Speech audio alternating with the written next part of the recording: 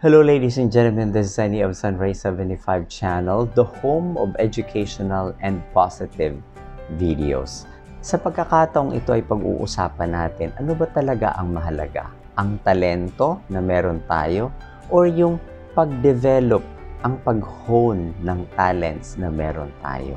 I'd like to share to you our reflection this time, and this is from the book of Geoff Colvin on Talent is Overrated.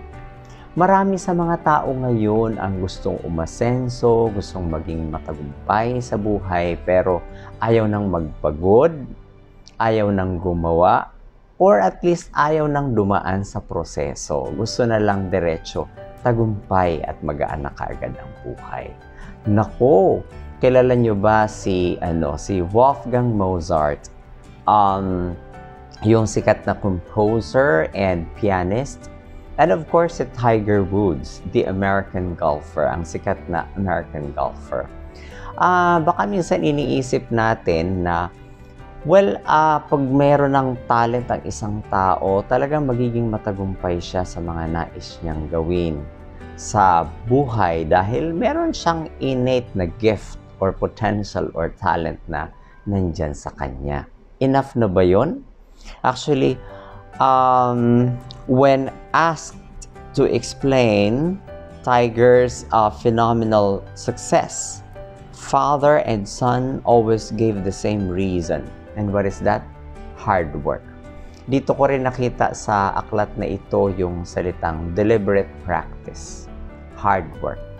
At kung titingnan natin sa maraming bagay sa buhay, we need this one. Hindi pwedeng meron lang tayong talento but we do not hone our talents.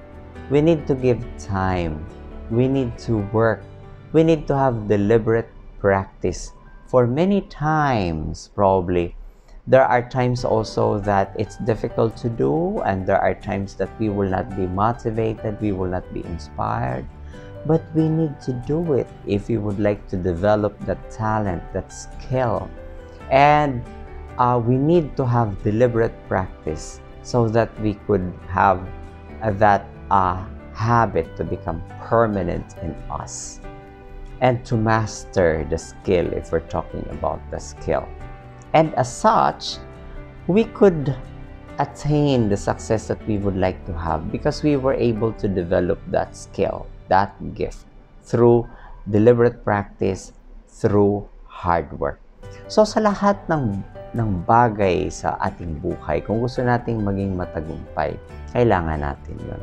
Kailangan natin maglaan ng panahon. Alam dapat natin syempre kung ano yung meron tayo bilang gift, bilang talent, and then maglaan tayo ng panahon to deliberately practice kung skill man yan o mga bagay na gusto natin i-develop sa atin. We need to work hard so that we could attain success in everything that we do. So, deliberate practice and hard work to attain what we would like to accomplish. This is Sunny of Sunrise 75 channel, and thank you very much for joining me. See you next time.